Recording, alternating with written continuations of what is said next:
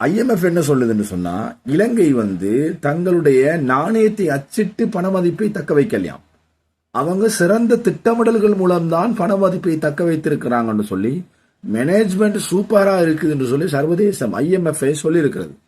ஆனா ஆள தெரியாது, ஆட்சி செய்ய தெரியாது, அப்படி இப்படின்னு சொல்லி இலங்கைக்குள்ள இருக்கிறவங்க தான் விமர்சனம் பண்றாங்க. அதுவும் ஊழலோ லஞ்சமோ வாங்க முடியாத வியாபாரிகள் மக்கள் ஊழலற்றவர்களை எதிர்பார்க்கிறார்கள்.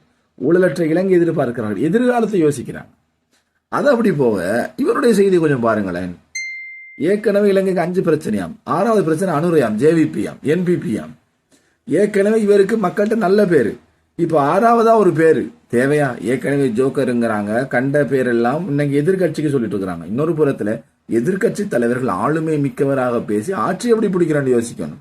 இவரு பேசுற பேச்ச பார்த்தா இருக்கிற ஓட்டும் இல்லாம போயிரும் போல இருக்குது. நான் என் கருத்து சொல்லிட்டேன். கமெண்ட்ல நீங்க உங்க கருத்தை சொல்லுங்க.